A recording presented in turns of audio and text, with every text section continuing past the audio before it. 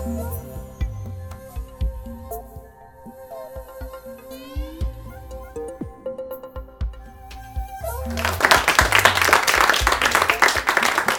very much. Today I want to start off with an example of the diversity of LGBTI experience in Indonesia. I'm going to take an example of a people called the Bugis people from Sulawesi.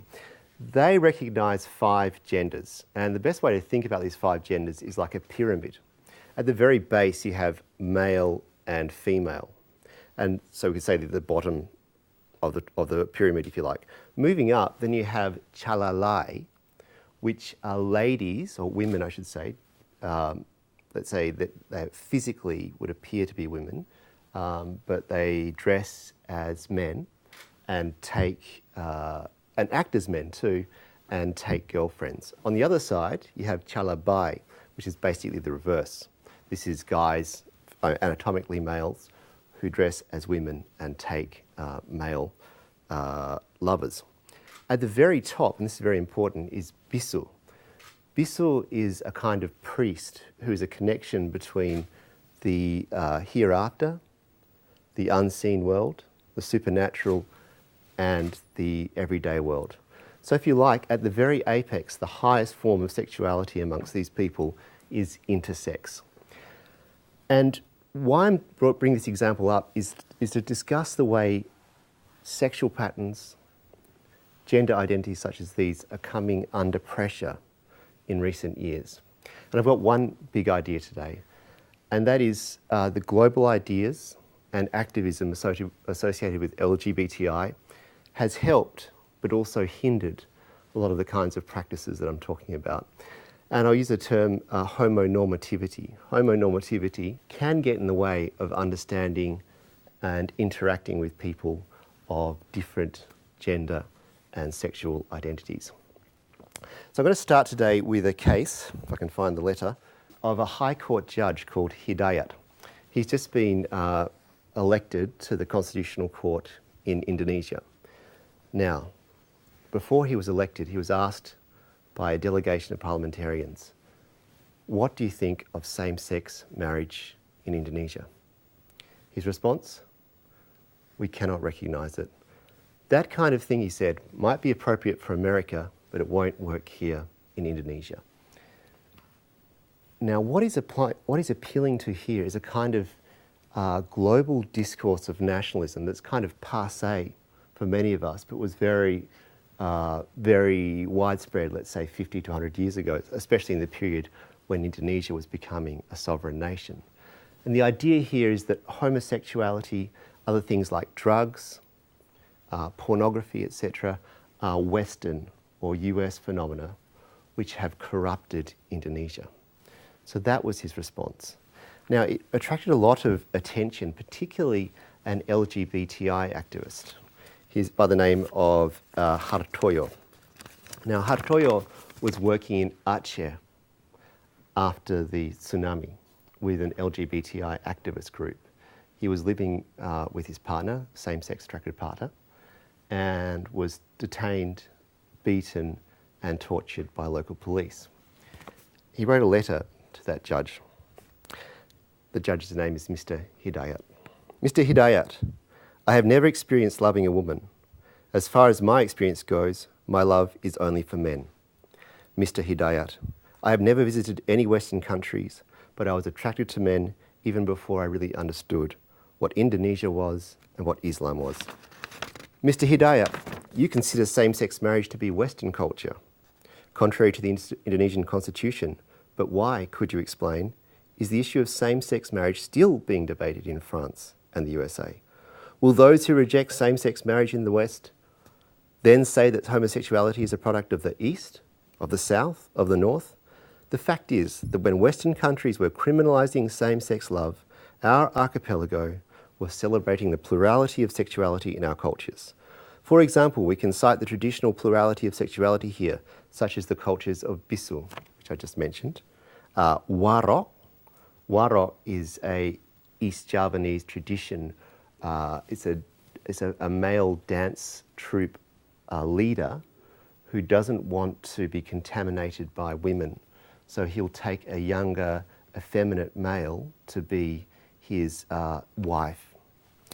Waro, Gumblak, Gumblak's the name of the younger effeminate male, and the Ma'iril. And Ma'iril is just a tradition in Indonesian Islamic boarding schools for same-sex attracted males to sleep together, and so on. There are many cultures that have a place in Indonesia for same-sex partnerships. Mr. Hidayat, homosexuals, and I should say the term homosexual and gay is still the preferred term in Indonesia. Homosexuals are around us. Like it or not, this is a fact that has been true since long ago and is true today. They might be the closest to us, our children, our siblings, our grandchildren, or our best friends. But sometimes we have no empathy for this issue.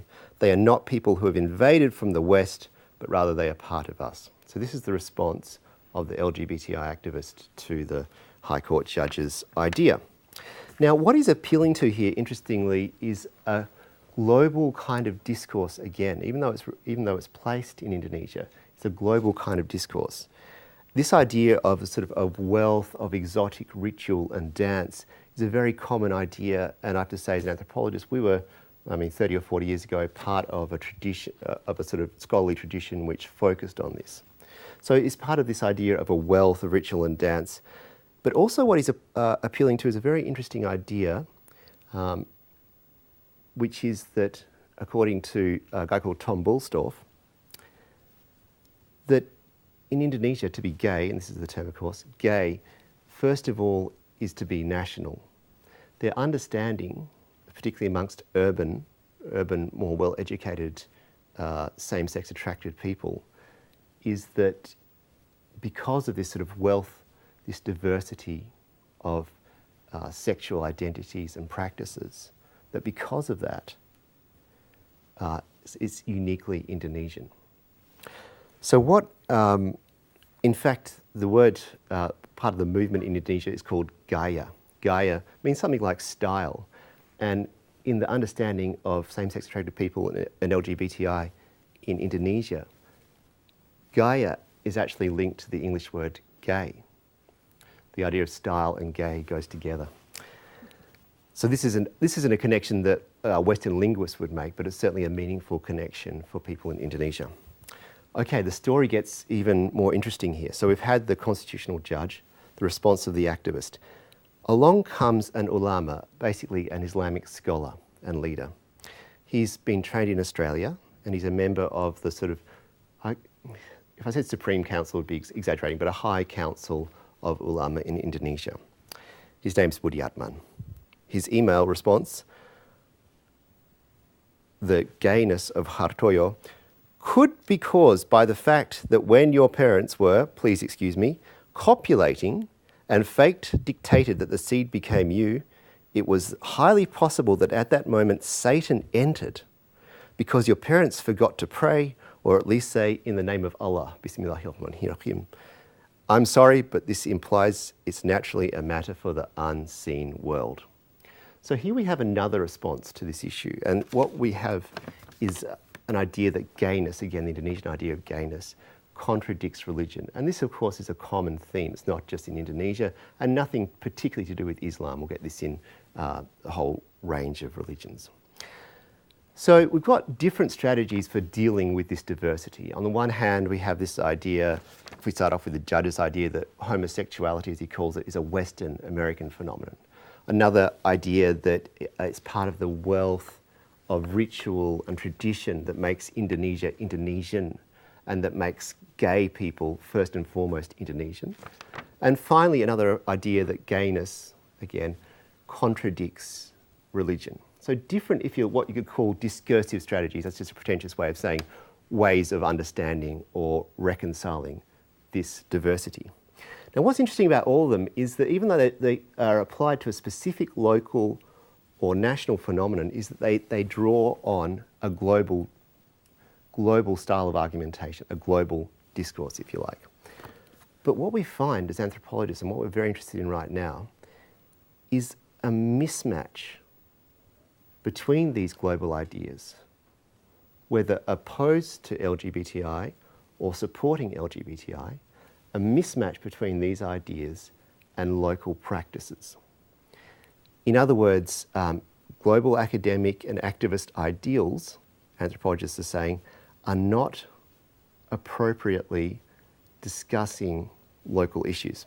I'll give you an example which isn't great, which is from Padang, a city in northwest Sumatra. Here there are people called tomboy from the English tomboy. These are women with female genitalia. They identify as women, which is a bit different from some other countries, act like a man and love women. And the kind of women they love are called feminine. So often the feminine women actually go on and then marry a heterosexual man and have a family. But the tomboy tend to stay removed from this world. Now, in a recent academic account of what's going on in Padang, the scholar describes how an activist from Jakarta comes. She identifies as lesbian. She says, I'm not masculine, I'm not feminine, I'm basically a woman who loves a woman. Now, for the tomboy in Padang, this kind of idea didn't match with their experience. For them, if you were same-sex relationships between women had to be gendered in terms of male and female. So in a sense, what you have is a breakdown between activism and ideas from the capital city and actual practices in a local area. So how do we understand this breakdown? And this gets to larger issues which aren't particularly associated with Pride Week, but larger issues about contemporary world. We could look at it as a kind of intersection between global and local discourse. In a sense, there's a global, if you like, LGBTI discourse, which has been appropriated by people who support LGBTI and also the opponents of LGBTI. And what I mean by this is that prior to colonialism, prior to the arrival of the Dutch colonisers in Indonesia, and similarly in other parts of Southeast Asia, prior to the arrival of colonialism, there was a large diversity of sexual practices, not so much identities. In other words, there would be same-sex, or what we would call same-sex or transgender practices, but they wouldn't typically be associated with an identity. After colonialism, after the advent of modernity, these global discourses of gay and subsequently LGBTI have sort of worked to segment out a part of the population which opens them to stigmatisation, but at the same time provides them with tools to fight back. So it's an interesting contradiction. It's helping and it's hindering. So it creates a problem, but also a means to solve it.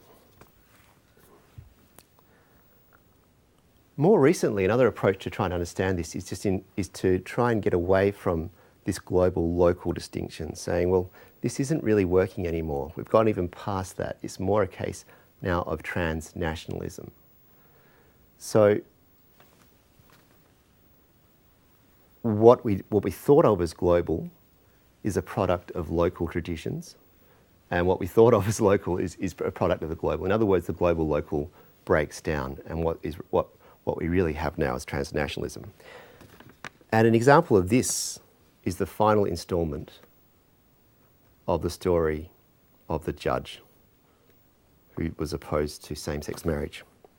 Because an openly gay judge from the US emailed the judge and urged him to respond to the activist, to respond to the LGBTI activist. And the judge did. He wrote to the activist and he said, well, I didn't mean any harm, but he said constitutionally marriage must be between man and woman, the sort of thing we're used to. But interestingly, he also said you and your community should be protected from violent acts, which for Indonesia in the contemporary situation was quite a big step. So what this shows, I think, is that sexuality is conducted on local stages, national stages, and international stages, and in ways that sometimes help people we could identify as LGBTI, but also hinder them. Thanks very much.